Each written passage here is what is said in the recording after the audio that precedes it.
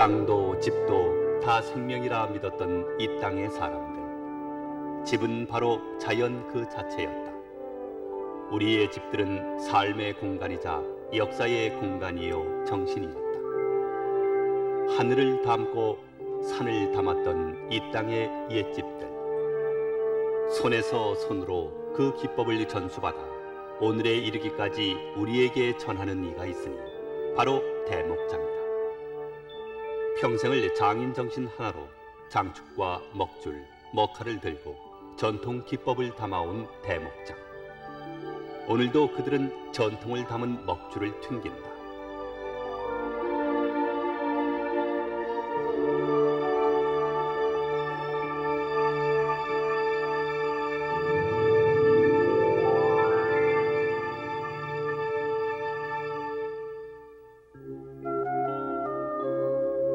예로부터 금수강산이라 불렸던 우리 자연. 그 산세를 거스르지 않고 포근히 그 자연의 품에 안긴 듯 들어앉은 집. 바로 우리 옛집들의 모습이다. 마치 아기가 어머니 품속에 있는 것처럼 자연과 집은 서로 조화를 이루고 있다. 이렇게 자연과의 조화를 생각하고 집을 앉히는 것이 바로 좌향이다.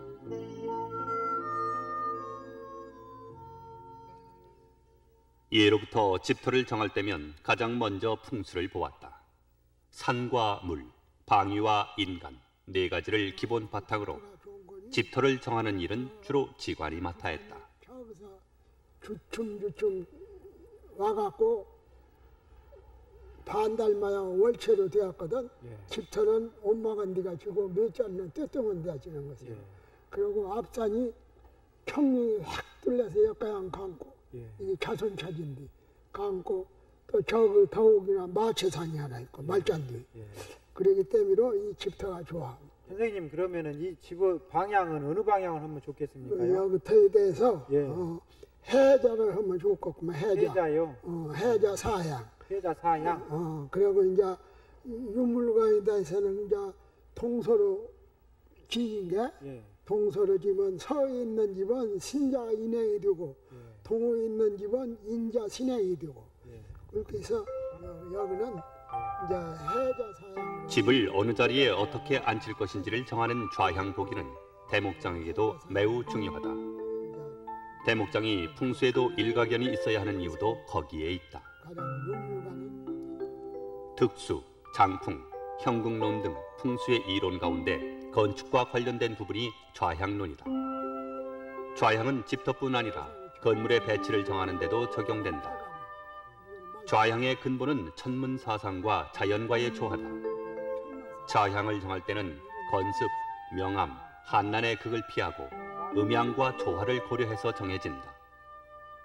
좌향은 반드시 배산과 안산이 맞아야 하는데 이런 것이 맞아야 그 집에 사는 인간이 편하다고 믿었다. 산과 물, 인간의 조화를 최고의 가치로 여겼던 우리의 심성이 그대로 드러난다. 터가 터 생긴 자연으로 해야지. 터를 많이 뒷산을 끊어갖고 깎는다든지 청룡을 끊어버린다든지 큰 산 밑이면은 집도 커야 하고, 이제 사람이 키가 크면 갓도 커야 하고 됐지. 그러고 이제 그 체신에 맞춰서.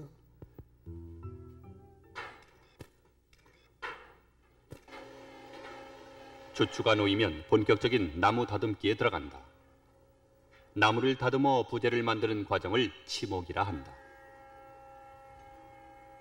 일터에 제목이 들어오면 대목장은 기둥감, 대들보감 등으로 나무를 가려둔 후 부재에 따라 형태와 치수를 정확하게 계산해 먹줄을 친다.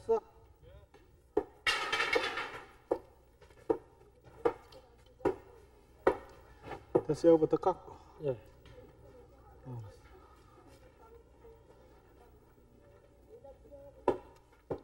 치목에 들어가려면 우선 목재의 껍질을 벗긴다. 톱으로 켜서 만든 것은 재재 또는 인거재라 하고, 도끼나 자기로 다듬은 것은 도끼벌 또는 자귀벌이라고 한다. 먹줄치기 좋은 상태가 될 때까지 한 면이 끝나면 다른 면을 다듬고 같은 방법으로 내면 모두 껍질을 깎아낸다. 이를 마름질이라 한다. 우선 이제 그렇게 건조가 이렇게 돼 있잖아요, 나무를 했을 때 나무에라는 것은 이제 결이 있거든요. 어디로 휘느냐 그런 걸 봐죠. 기둥도 그렇지만은 이제 대들보 같은 거는 아예 제재할 적에 처음에 먹줄을 튀길 적에 어느 부분이 아래로 갈 건가 이게 나무 결에 따라서 결정이 되죠. 그러면 기둥 같은 거는 우선 이제 동그랗게 이렇게 되잖아요. 동그랗게 되더라도 이렇게 놓고 보면은 이 나무 같으면 이제 결이 이제 어떻게 되면 이렇게 돼 있다고요. 그러면 이 나무가 아무리 크더라도 앞으로 약간 더 쉴 수 있는 건 저쪽 방향이죠. 그래서 이제 그 방향에서 양쪽에 저쪽 벽에 이제 벽을 둬야죠. 벽 쪽으로다가 이게 쑥 나온 거를 면으로 삼았다면은 벽에서 이렇게 둘러 나오죠.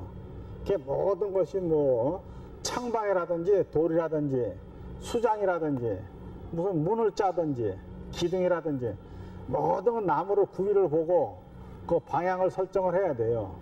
그 실제 그 전문가들 또 뭐 옛날 내려오는 말은 그 나무가 서 있는 동서남북을 해서 안치야 좋다 하는 것도 일리는 있지만 그거보다는 나무의 재질 상태가 어떻게 컸는가 말이죠.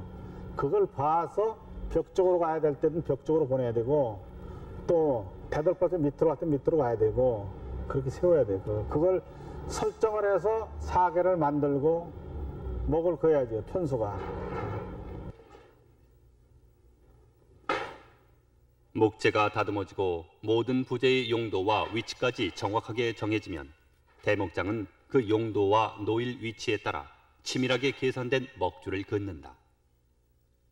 긴 선은 먹줄을 치고 짧은 선은 먹칼로 긋는다. 먹매김의 기호에 따라 자르고 깎고 구멍을 뚫는다.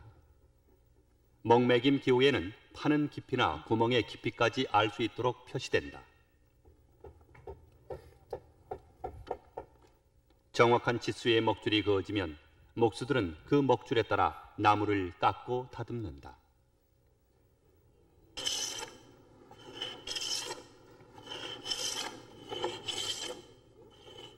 필요 없는 곳을 깎아내고 파내는 일을 파심질이라 하는데 파심질한 부분은 끌, 손끌, 대패로 정교하고 매끈하게 다듬어 간다.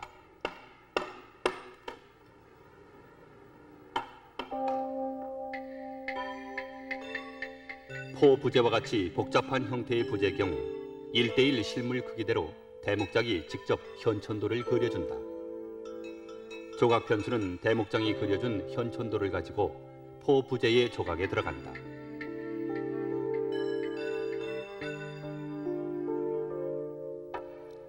그래서 크고 작은 모든 부재들은 균일한 형태와 크기를 유지하며 치목될 수 있다.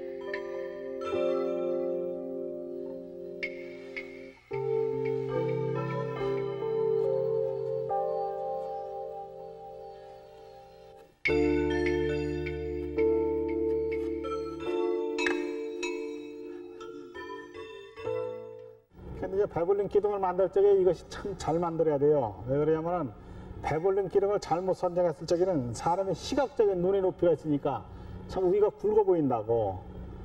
저 윗부분을 약할까 봐서 너무 그 과감하게 배불림을 제대로 못하면은 시각적으로 상당히 불안정해 보이죠. 그 집이 시각적으로 안정되게끔 이걸 만들기 위해서는 이 전체 기둥에서 3분의 1 지점을 제일 굵게 잡으면 돼요. 배울림에서는. 이게 배울림에서는 밑에가 이제 밑에도 흘림을 해서 흘림이라는 건 말하자면 이제 위도 좋고 밑에도 흘림 이렇게 이제 흘림이 있다는 건데 그래서 이제 배불림 기둥은 그런 식으로 이제 3분의 1쯤이 제일 굵고 또 민흘림이라는 것은 일직선으로 흘리는 거죠. 위는 적고 밑에는 굵은데 이것이 일직선으로다가 이제 만드는데 그 부분은 이제 그것도 하나의 시각적으로 건축의 안정감을 찾기 위해서 그렇게 해야 되고 그렇다고 민흘림을 한다고 해가지고 무슨 조그만 기둥에 가는 것까지 민흘림 할 필요는 없는 거고 집이 큼으로써 웅장해서 저게 또 민흘림을 함으로써 그 위에 가서는 상당히 부재가 좁아들잖아요. 사계 촉에 사계를 맞추면서 그 힘의 지장이 없는 한 민흘림을 두어서 안정감 있게 말이지 집을 지어야 되는 거죠. 자연 상태대로 기둥의 하단이 굵고 상단으로 올라갈수록 가늘어진 형태를 민흘림. 기둥의 3분의 1 지점을 가장 크게 만드는 것을 배흘림이라고 하는데, 민흘림이나 배흘림의 형태를 만드는 것은 건축미를 높이고 직선제의 큰 기둥이 투박하게 보이지 않고 부드럽게 보이게 하기 위한 것이다. 배흘림 기법은 목재가 지니는 힘의 흐름을 미려하게 하고 시각적으로 안정감을 더하도록 고안된 것으로 일찍이 삼국시대부터 써온 것으로 전해진다.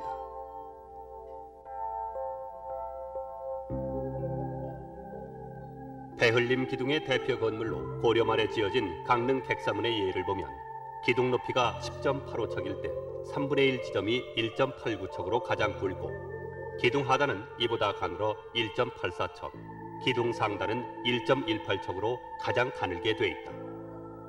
전통 목조 건축의 기둥 설치는 이와 같은 기법뿐 아니라 놓는 위치도 고려한다.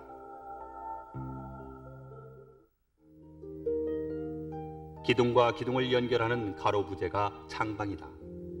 창방은 그 위로 많은 부재가 얹히게 되므로 많은 하중을 받는 만큼 큰 제목을 쓴다.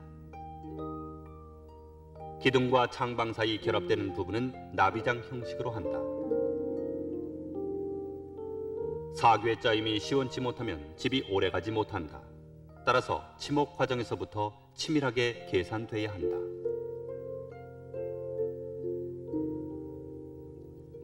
창방이 기둥을 가로로 잡고 있다면 보는 기둥을 세로로 잡아주는 역할을 한다. 또한 지붕을 받쳐줘야 하는 보는 튼튼한 목재를 쓴다. 특히 들보는 한옥에서 가장 무거운 부재 중 하나다. 위에 둥근 부분이 도리가 얹혀질 부분으로 치목 과정에서 장여와 도리가 끼워질 맞춤 부분까지 미리 계산해서 깎아둔다. 장여가 들보와 들보 사이에 끼워지면 그 위로 도리를 올린다. 도리는 석가래의 하중을 받쳐주는 역할을 한다. 둥근 도리를 쓴 것을 굴도리집이라 하고 네모난 도리를 쓴 것을 납도리집이라 한다. 굴도리집은 납도리집보다 격식이 높은 집에 쓰인다.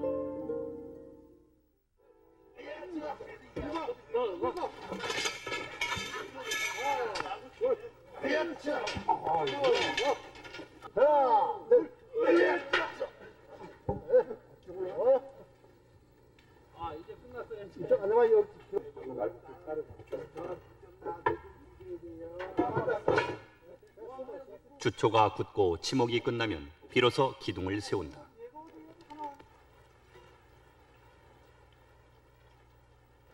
집의 기본이 되는 기둥을 세우는 일은 상냥만큼 중요한 단계로 기둥을 세우는 날은 입주식이라 하여 대목장과 집주인, 목수들이 함께 성주님께 제사를 올린다.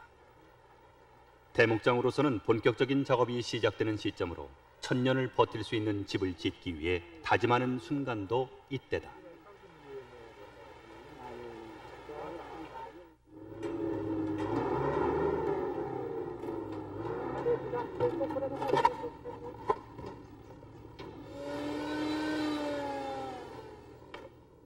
주춧돌 위에 세워진 기둥은 기울거나 울퉁불퉁하기 마련이다. 이때 주춧돌 위에 세운 기둥의 수직을 보는 것을 다림보기라 한다. 다림보기는 사괴에 추 4개를 내려 수직을 보는 정식 다림보기와 추 1개만을 내려 수직을 맞추는 약식 다림보기가 있다. 그 잠깐 옆에 만나면 더 올려 안 돼. 기둥을 많이 움직이지 말고 우선 저쪽으로만 살짝 당겨. 그러면 살짝 당겨. 아니, 여기다 양쪽다 이렇게. 이거를 이렇게 좀 보여야 되니까 양쪽을 해야 기둥이 안 움직인다. 뒤로 당겨봐. 그건 놔두고 거기도 넘어가야 돼?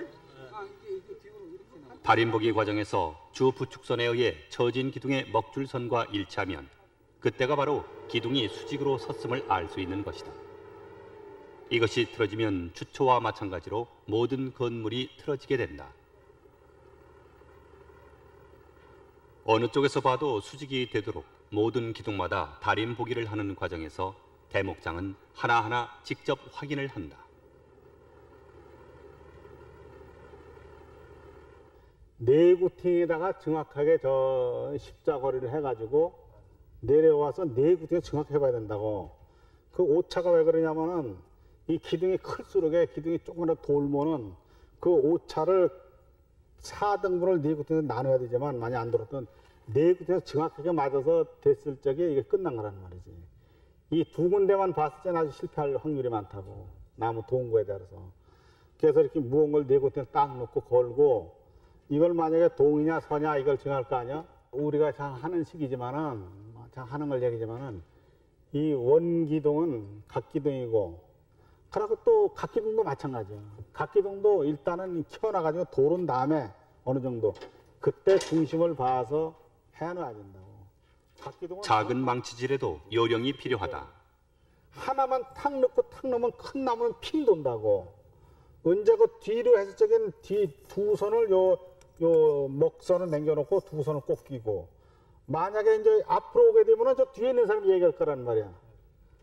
이쪽 옆에서 앞으로 하면은 저 뒤에 있는 사람이 이걸 끼면 되고 여기서 뒤로 하면 앞에 있는 사람이 끼라라고. 만약에 동의도 하면 이쪽에 있는 사람이 끼고 이걸 동의도 하고 이쪽에 와서 또 끼고 하면 안 돼. 그러니까 초골적에는 내구팅을 걸고 내구팅에서 정확하게 이걸 준비를 해가지고 움직이지 않고 해서 꼭 망치를 가지고서는 이 살짝 꼈는데 이것이 찌그러드니까 이건 잘 만들어서 박달나무로다가 단단한 나무, 소나무 같은 걸 이걸 했을 적에는 탁 놓으면 나무가 굵은 착 찌그러진다고. 이 무게가 지금은 이 기둥이 저하지만은 그래서 이렇게 단단한 나무를 가지고 해가지고서는 꼭 끼고 조금 뭐 한 푼이나 얼마 할 적에는 톡 친단 말이에요. 이걸 뒤로 하면서 톡톡 쳐야지 손으로 다 이렁이렁해서 놓는 오차가 생기니까. 그래서 꼭 해서 내구팅이 전부 완전히 됐다 했을 적에 이 사격. 기둥이 수직으로 곧게 선 것이 확인되면 그랭이를 뜬다. 자연석 주초 위에 세워지는 기둥은 주초와 기둥 사이 틈이 생기기 마련이다. 이 틈을 없애고 기둥과 주초 사이를 밀착되게 하는 과정이 바로 그랭이 뜨기 작업이다. 그랭이를 뜨는 법은 먼저 벌어진 틈을 그랭이 칼로 정확하게 각도를 조절해서 지목 과정에서 여유를 둔 기둥 하단 부분에 주춧돌에 맞게 선을 긋는다. 이것을 그랭이 뜬다고 한다.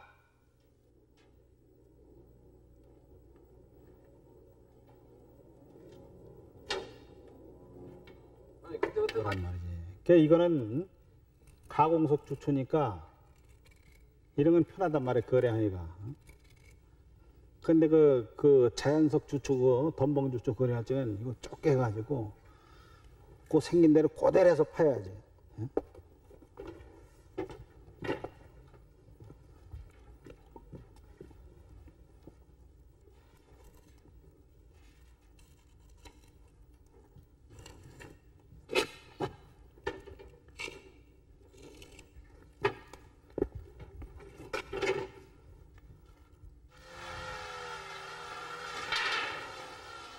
완벽하게 일치되게 그랭이가 떠진 기둥은 다시 눕혀 먹선대로 끌로 파낸다. 이때 과하게 파내면 하중이 실린 다음에 주저앉아 나무가 옆으로 튕겨나오고 모자라게 파면 옆에 틈이 생긴다.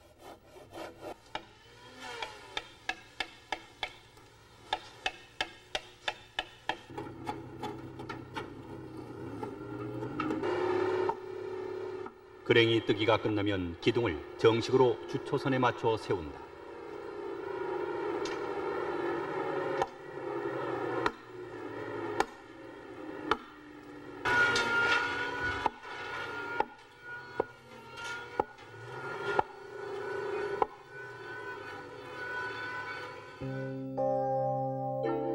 자연석을 쓴 덤벙 주초인 경우에는 더욱 세밀한 그랭이 뜨기를 해야 한다. 집의 모든 무게를 지탱하는 기둥이 주초와 연결되어 든든한 부리 역할을 하게 하는 결정적인 것이 바로 그랭이다. 다층의 웅장한 처마와 수많은 포부재가 연결되어 있는 금산사 미륵전.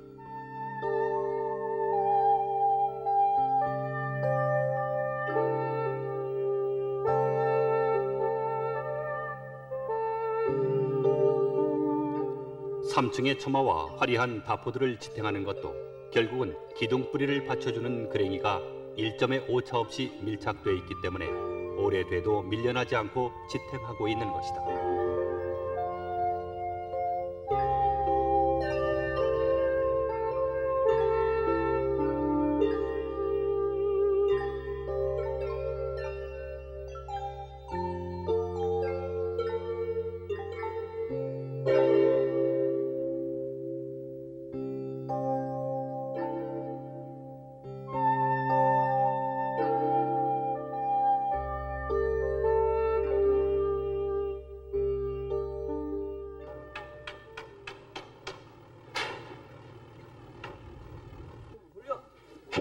야, 거기 위로 올려. 그래.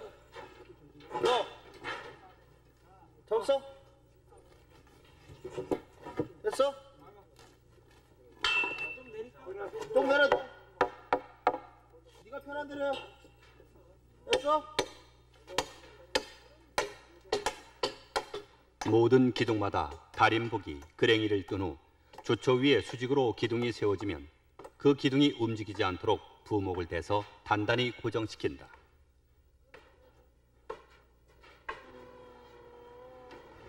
앞부분의 기둥을 보면 다른 기둥들보다 귓 기둥의 높이가 높은 것을 볼 수 있다. 이는 귀 소슴을 하기 위해 평주와 고주와의 높이를 다르게 한 것이다. 귀 소슴은 건물의 중앙간 좌우 기둥을 기준으로 하여 측면으로 갈수록 점차 높게 하여 귓 기둥을 가장 높게 한 것을 말한다. 귀 소슴 없이 기둥을 세워놓으면 귓 기둥이 처져 보이고 건물 전체가 추녀 쪽이 처져 보이게 된다. 이런 현상을 없애기 위해 귀 소슴을 둔다. 귀 소슴은 전통 가옥의 중요한 특징으로 안솔림 기법과 함께 고도의 기술로만 할 수 있는 우리 고유의 전통 건축 기법이다. 집에 따라서 집 크기가 얼마나 크느냐, 이것이 가정집이냐, 누각이냐, 상칸집이냐, 뭐 5칸, 7칸 집이냐 이런 데 따라서 이 귀소슴법이 다 틀리는 거예요.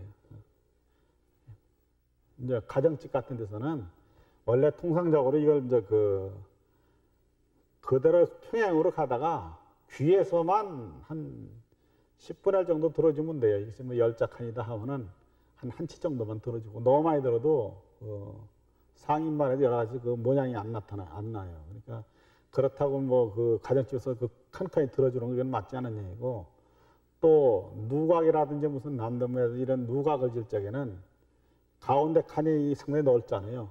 그걸 기점을 해서 그 다음에 들어주고 해서 그거 배를 이렇게 들어주는데, 그건 상당히 시각적으로 다 이제 그렇게 들어줘야만이 그 집이 처져 보이질 않고.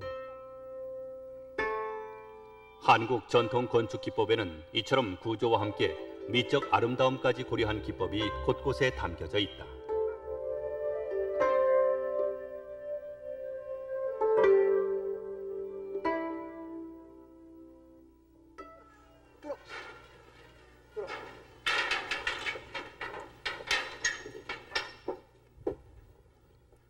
기둥이 세워지고 나면 기둥의 사괴 위에 창방과 직각 방향으로 허첨차를 끼운다.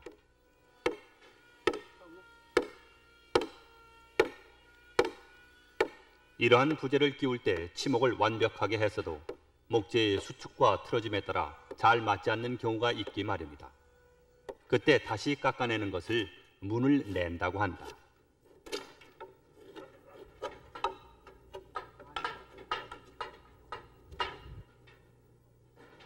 기둥과 기둥 사이를 연결할 창방을 끼운다. 창방은 기둥과 기둥을 가로질러 주두, 공포제 등의 하중을 기둥에 전달하는 최하부 구조인 만큼 크고 단단한 부재를 사용한다. 창방이 얹혀지면 기둥 위에 주두를 끼운다. 주두는 기둥 머리를 장식하며 보아지 쇠서와 주심 첨차가 끼워질 수 있도록 열십자로 판다.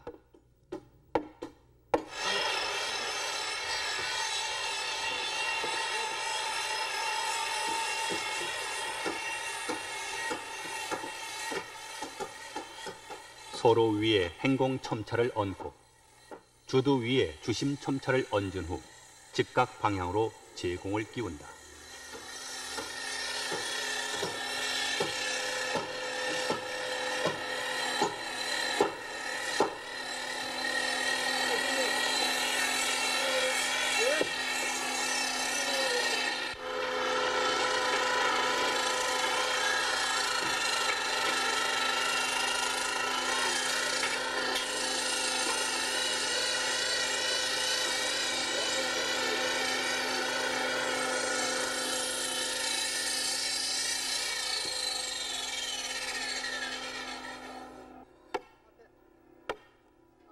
기둥 위에는 구조적인 역할뿐 아니라 지배 장식을 위해서 포 부재를 연결하게 되는데 포의 종류에 따라 주심포계, 다포계, 입공계로 분류한다. 주심포 건물은 기둥 위에만 공포를 배치하는 것으로 고려 말 조선 초까지 이어온 양식이다. 현존하는 목조 건물 중 가장 오래된 것으로 추정되는 안동 봉정사 극락전은 기둥 위에 창방을 두르고 주두를 얹은 다음 공포를 짜올린 주심포계의 건물이다. 그 후 1277년경 건립된 것으로 보이는 부석사 무량수전 역시 대표적인 주심포 건물로 주두 위에 장식적인 굽주도와 굽받침이 있는 점, 소슬대공 등에서 주심포 양식의 특징이 잘 나타나 있다. 강릉 객사문 역시 고려 말기 가장 성행한 주심포 양식의 건물로 주도와 소로의 굽에 곡을 두고 굽 밑에는 굽받침을 두었다. 주심포 양식의 특징은 기둥 위의 주도와 첨차 위의 소로는 곡면으로 되고 굽받침이 없는 것과 있는 것으로 대별되는데 없는 쪽이 더 이전 양식이다. 출목은 내외 일출목이며 소첨차와 대첨차로 구성된다.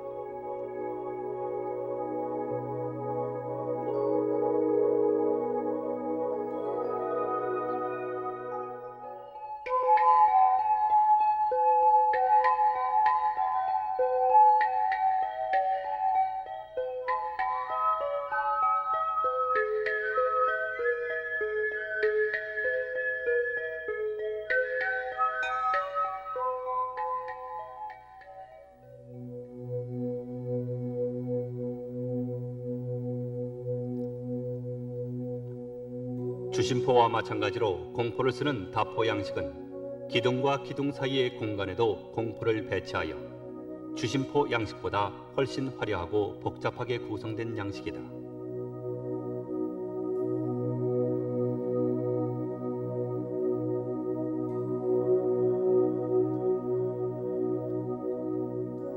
출목 역시 건물의 외부뿐 아니라 내부에도 두었다는 것이 다포 양식의 특징이다. 때로는 외부보다 안에 출목을 더 많이 두어 꽉 차 보이게 만들기도 했다.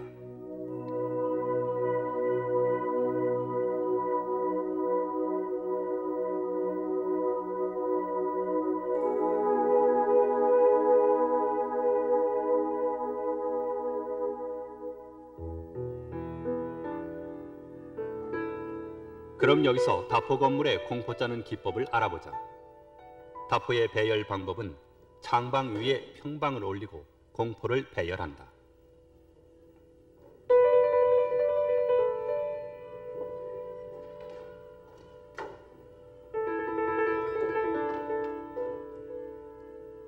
주도에는 도리 방향으로 소첨차를, 보 방향으로는 앙소를 교차시켜 짠다.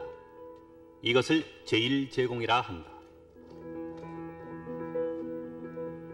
그 위에 다시 출목부에 소로를 놓고 도리 방향의 주심에는 대첨차를 놓은 후 출목 도리 방향으로는 소첨차를 얹어 앙소를 교차시켜 짠다. 이것을 제2제공이라 한다.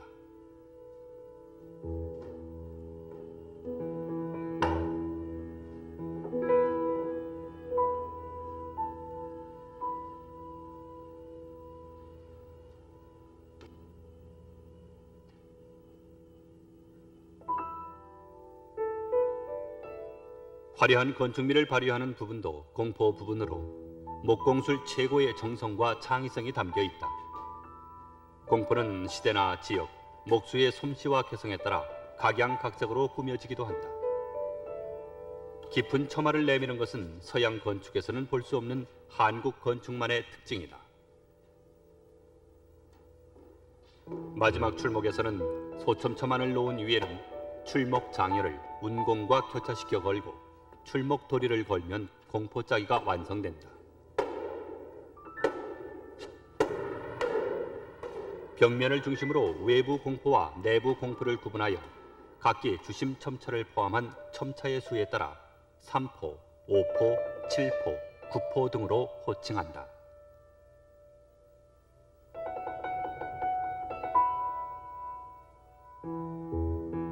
이 많은 포가 겹치기 때문에 특히 특히 나무를 건조시켜가지고 포작의 그 치목에 들어가야 돼요.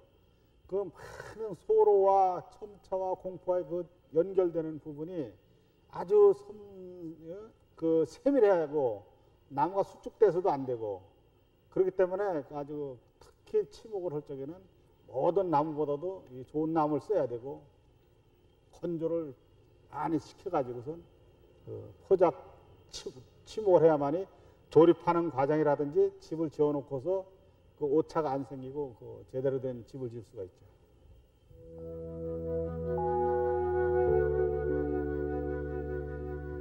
대부분 작은 사찰이나 민가에서는 창방 위에 도리를 얹어 지었다. 기둥, 도리, 보만으로 형성된 간결한 양식을 도리집이라 한다. 도리가 네모난 것은 납도리집이라 하고 둥근 도리를 쓴 양식을 굴도리집이라고 한다. 도리집보다는 약간의 장식을 가미한 것이 익공집이다. 익공집은 기둥 위에 출목이 있는 공포를 설치하지 않고 기둥 위에 주두를 얹고 장여와 보를 얹은 집이다. 익공은 익공의 수에 따라 1익공, 2익공, 3익공까지 있다. 출목이 있는 양식은 조선 후기에 나타난 건축 양식이다.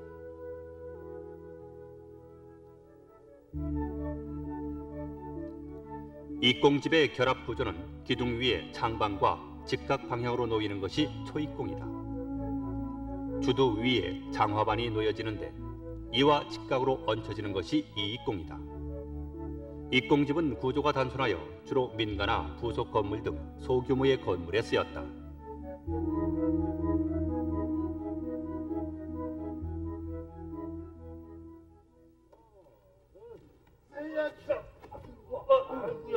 상대방끼리 꽉 의지를 하고서는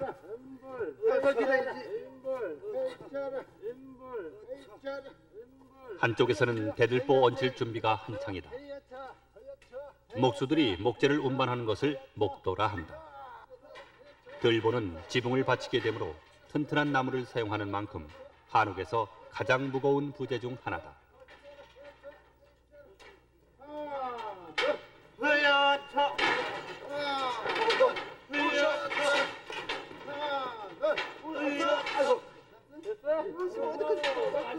어디까지 가는 거야?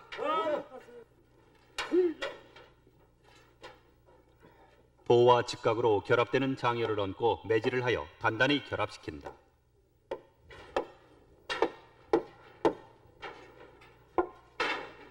기둥 위에 얹히는 장여를 주심 장여라 하고 포 위에 얹히는 장여는 외목 장여라 한다.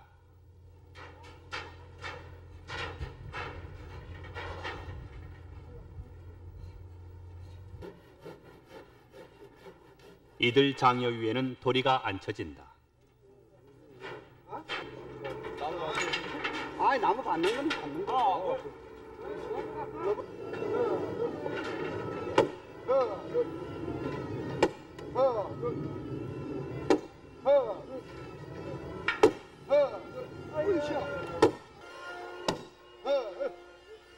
보주와 평주 사이에는 태량보를 꼽아 나무못으로 기둥에 고정시킨다. 보머리는 도리를 받쳐주고 건물 앞부분을 장식하게 된다.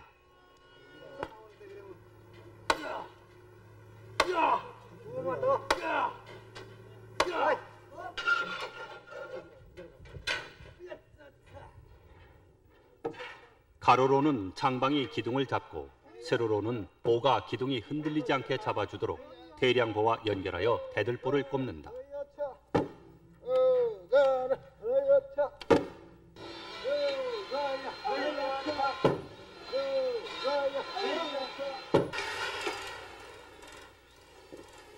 대들보가 고정되면 그 위에 도리를 얹는다.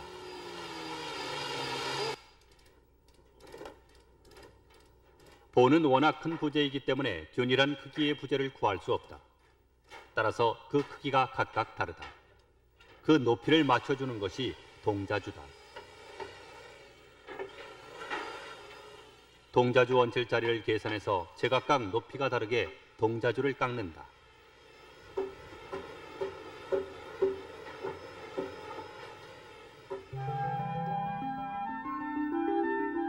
대부분 들보는 자연목 그대로 쓰게 된다. 굵은 놈, 얕은 놈, 그것을 다 고려해서 일정하게 수평을 맞추는 역할을 동자주가 한다. 이것이 바로 한옥의 오묘함이다.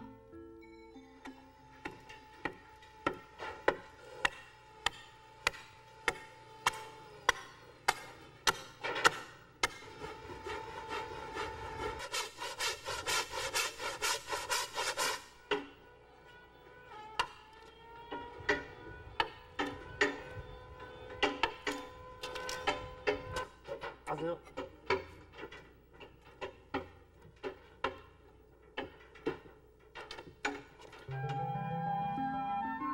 이렇게 계산된 동자주를 깎아 들보 위에 얹게 되는데 들보를 3등분해서 동자주가 놓일 위치를 정하는 것을 3분 변작법, 4등분하여 동자주 위치를 정하는 것을 4분 변작법이라 한다.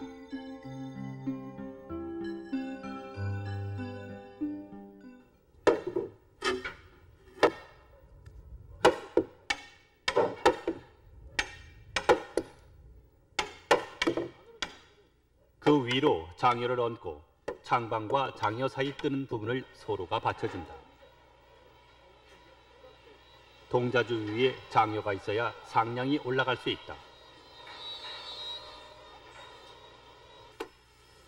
종보를 얻기 위해 창방 위에 장여를 놓는다. 종보는 동자주나 고주에 걸어 중도리 또는 지붕마루 도리를 받들어주는 역할을 한다.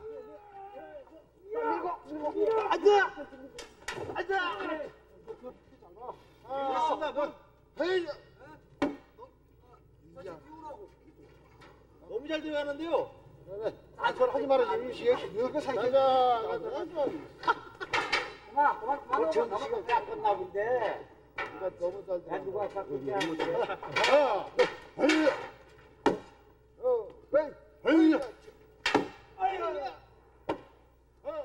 종량보까지 올려지면 이제 그 위로 주심도리와 내목도리 등을 얹는다. 도리는 지붕 무게를 받는 부재로 도리 위에 종도리와 외목도리, 내목도리와 주심도리의 석가래가 걸리게 된다.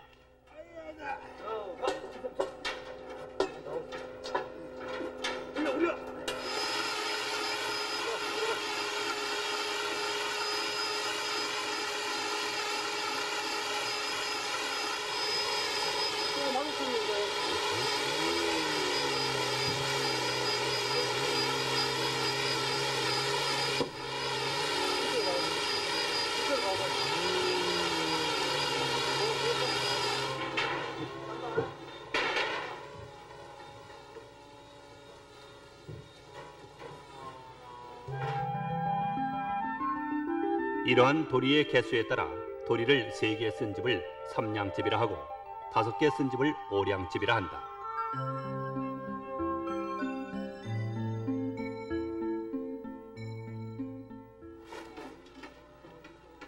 도리에 걸린 석가래의 기울기를 처마의 물매라 한다. 처마 물매 잡는 거는 보통 이제 가정집이라든지 모든 집에서 이제 네치 오픈 물매가 제일 보기가 좋아요. 그 이제 네치 오픈이라는 건 한자에 이제 기울기가 이제 네치 오픈 올라가서 이제 그 네치 오픈 물매 그 잡는 건데, 그 일반 가정집 같은 데서는 그 부연이 없으면은 세치 오픈도 잡고 네치도 잡고 오지만, 부연이 있는 집은 부연해서 다시 들어주니까 네치 오픈 물매를 잡아주는 것이 가장 적합하고 절맞고, 또 때에 따라서 이제 남대문이라든지 팔달문이라든지 이런 이제 수원문이라든지 물로 같은 거 높이 올라가 가지고 사람이 이제 그 밑으로 다닐지, 그때는 그 물매가 너무 얕으면 이것만 보니까 물매를 약간 높은 집도 있어요. 한 5치 물매. 그래도 다 이제 한 집도 있는데, 그렇게 물매가 급경사가 짐으로써 그 집의 구조상은 위에 그 상당히 그 가파라 가지고 그 별로 그 효과는 아마 네치 오픈 물매가 제일 적합해서. 네치 오픈의 물매란 동자주에서 대량고까지의 폭을 한자로 볼 때 동자주의 높이를 네치 오픈을 두었을 때 나타나는 지붕의 경사를 말한다. 지붕의 곡선은 한옥의 고유한 아름다움이다. 물매란 바로 이 지붕의 곡선의 기울기를 말하는 것으로 자연스럽기 이를 데 없는 이 선은 그러나 치밀한 계산으로 만들어진다.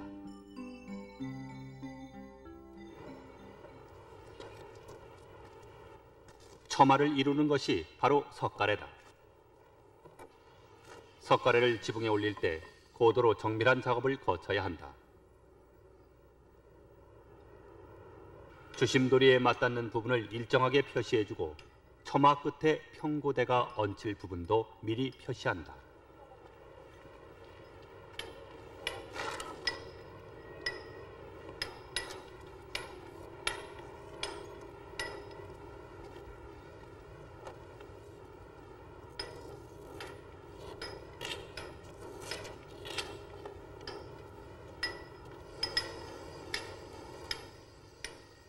석가래에 쓰는 나무는 흰 나무로 나무가 자연스럽게 휘어진 정도에 따라 번호를 매긴다.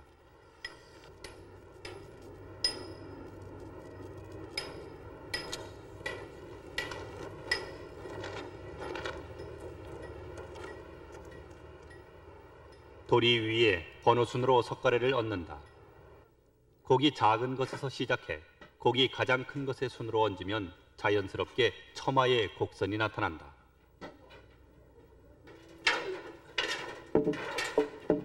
중심 잡고, 예. 잡았어? 예.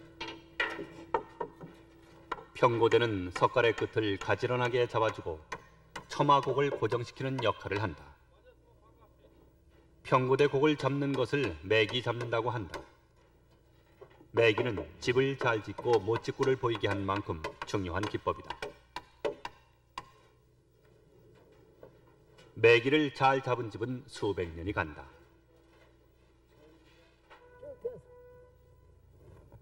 그렇게 해서 이렇게 그서갖고 그냥 잠글면 돼. 그래. 됐지.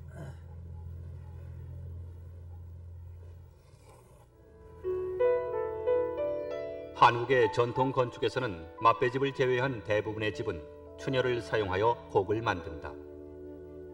석가래를 잡는다는 것은 나무가 휘어진 정도를 찾아내는 일이다. 처마곡을 잡는 일은 휘어진 부재를 사용하여 얼마 정도를 들리게 할 것인가를 정하는 것인데 이는 대목장의 오랜 경험으로 결정된다. 고구대에서는 추녀가 주장을 하는데 가령 집이 보통 3칸집이면 추녀 극이 얼마가 올라가냐 하면 투자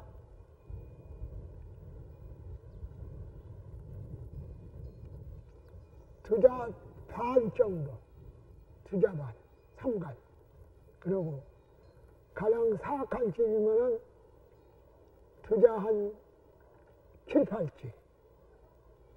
또 5칸 집이면은 한 석자 이상 추녀 급이 올라가야 해요. 그래서 7칸 집이면은 추녀 하나 갖고 갔다 오면 못 봐온 게 소보다 알추녀를 내갖고 추녀 급이 한 8자 올라가야 합니다. 추녀곡은 집의 칸수에 따라서도 다르게 정한다. 집의 너비가 넓으면 처마 운두의 폭도 다르게 정한다. 다층 건물의 추녀곡이 동일하게 보이게 하는 것은 대목장의 치밀한 계산과 오랜 경험, 그리고 숙련된 기술로만 가능한 기법이다.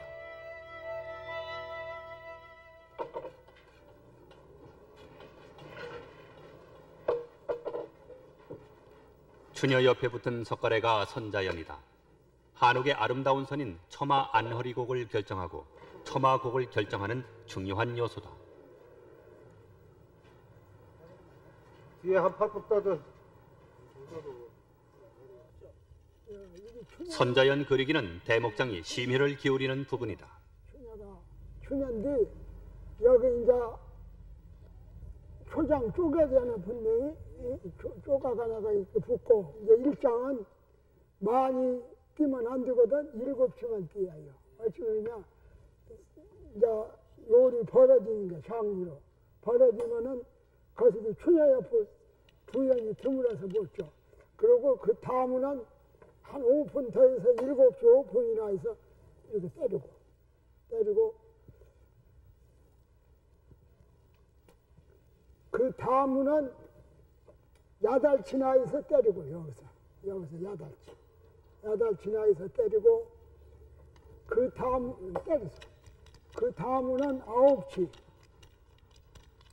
이제 유리 조금씩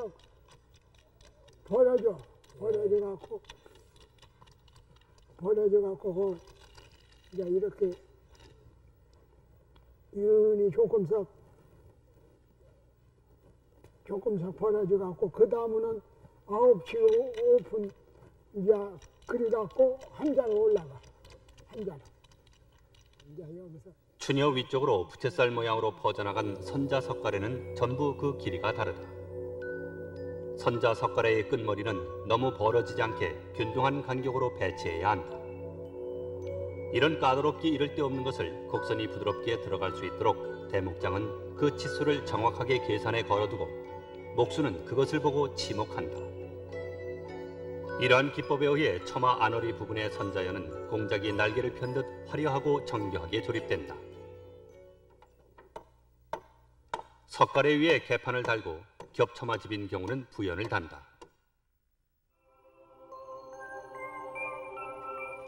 마지막 합각을 만드는 것으로 대목의 일은 끝난다. 수개월간 온갖 정성과 심혈을 기울였던 집짓기가 완성된 것이다.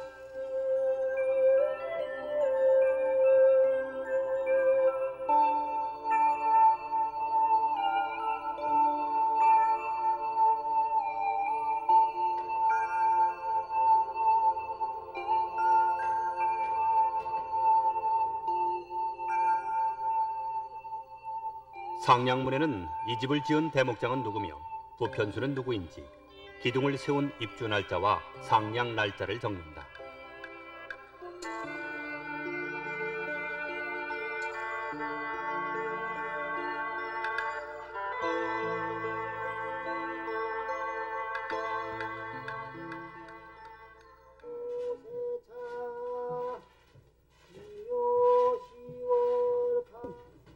중정대부 행이조 판서사 남원군 와행삼루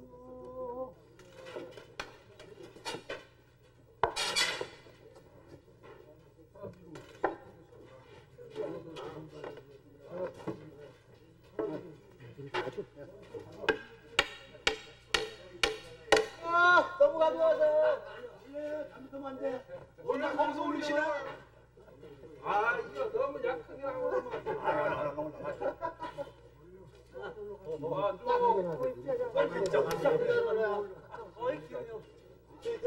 잠깐만 기다려주세요. 장려에 상량문을 넣고 마지막 장려를 올리면 상량식이 끝난다. 우리나라 대목장의 계보는 조선시대 궁궐 목수로부터 전승된다. 최백현, 한세진, 최원식, 조원재, 이광규 그 전통을 현재 이어온 이가 고태경과 신흥수다. 1980년도 대목장이라는 공식 명칭으로 중요 무형문화재 74호를 지정, 1985년도에 배희환과 이광규를, 1991년 신흥수를, 1997년 고태경을 대목장으로 지정했다. 조선 그 후기에 대원군 때 그 경복궁 중건공사에 토편수를 맡았던 분인데요. 최원식 선생이라는 분입니다. 최원식 선생은 경복궁의 근정전이라든지 그 외에 많은 그 정각들을 지은 걸로 나타나고 있으며 최원식 선생의 대를 이은 분으로서는 임백은 선생, 배희안, 그리고 이광규 이런 분들이 계시고 또 지금도 활동하신 분으로는 고택영 선생과 신흥수 선생을 들을 수 있습니다. 이분들은 현재도 그 조선시대에 궁궐 건축의 건축 기술을 계속 이어받아 지금도 활동을 하고 계신 분들입니다. 자신의 작품을 수백 년 후까지 이 세상에 남긴다는 생각으로 집을 짓는 고태경 대목장은 나이 30에 뒤늦게 목수일을 시작했다.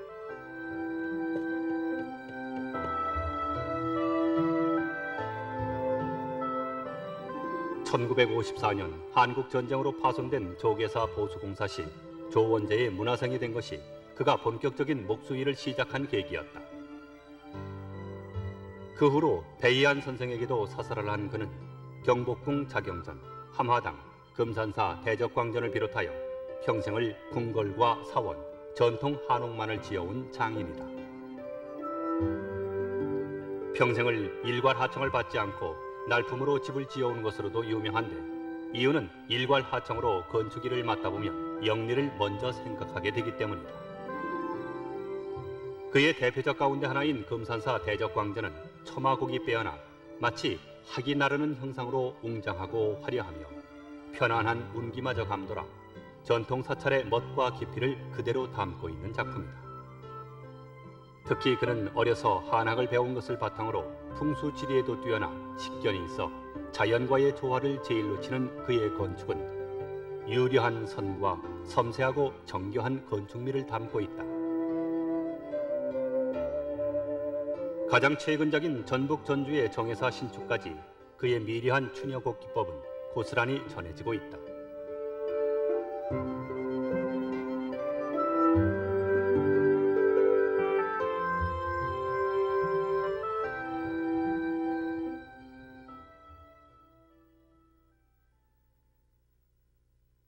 불국사 보건공사를 했을 적에 선생님이 이제 그 부편수라는 직책을 지어줬을 적에 이제 좀 불안했고요. 막상 남북은 쉬운데 막상 이제 뭐 칼 들고 일꾼들 앞에서 나이가 젊은데 이걸 그려서 이런 사람을 어떻게 시키라고 그 책임감을 주었을 적에 선생님이 그 현장에 계시면은 불안하지가 않아요. 그 뭐 어떻게 그으라고 하면 그거만 쭉 그리고만 있으면 되니까 선생님이 다 일을 시키고. 근데 이제 그 한 며칠씩 서울에 올라가시면 이제 며칠 걸리잖아요, 경주에서. 그러면 이제 뭐 어떻게 시키고 어떻게 하라고 그러면은 이 불안이 잠이 안 오죠. 신흥수 대목장이 처음 목수일을 시작한 것은 1958년. 그 후 1960년 이광규 문화생으로 봉원사 종각 신축공사에 참여한 것이 본격적인 시작이었다. 1970년 불국사 중건시 이광규를 도편수로 모시고 부편수를 맡은 이래 수많은 사찰 신축과 복원, 궁궐 복원의 대목장을 맡으면서 오늘에 이른다. 까다롭고 복잡한 다포 양식의 집을 치밀한 계산과 정교함으로 짜올린 건축물은 한국 전통 건축만이 가진 멋을 그대로 계승하고 있다. 특히 화려하고 웅장한 그의 공포 배열과 힘있게 깊이 뻗어낸 건축선은 그의 기법을 잘 표현해주고 있다. 그는 산판과 목재 선별에도 일가견이 있어 소나무 박사라고도 불리운다. 최근 신축작 구인사는 다층 구조의 다포 양식으로 그 규모나 기법, 재재 면에서도 전통 목조 건축의 특징이 그대로 전승된 작품이다.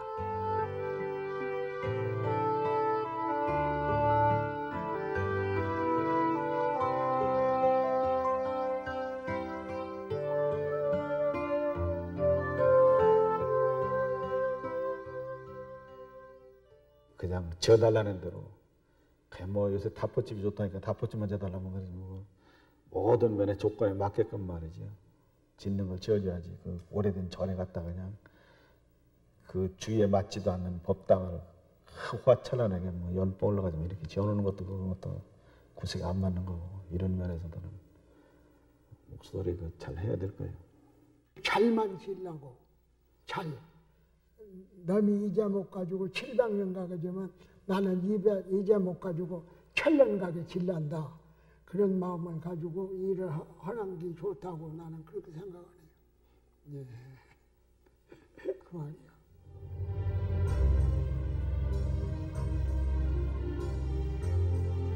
고대 전통 건축을 설계하고 시공하는 전통 장인 목수의 우두머리 격인 대목장. 전통 기법이 이론적인 교육을 통해서 전수된 것이 아니고 오로지 손에서 손으로 전해져 온 기억이므로 오늘날 그 전통 기법을 이어가는 대목장의 가치는 더욱 크다고 할 수 있다. 웅장하고 화려하고 장엄하기까지 한 이 내포들. 그 하나하나의 과정을 치밀한 계산과 숙련된 기술, 그리고 오랜 경험으로 다스려온 이들이 바로 대목장이다. 오로지 장인 정신 하나로 자신의 인생을 전통 건축에 쏟아오니 그들이 있어 오늘 우리는 이 다포집의 내력을 볼 수 있고 전통이라는 거대한 흐름의 맥을 놓지 않고 느낄 수 있는 것이다.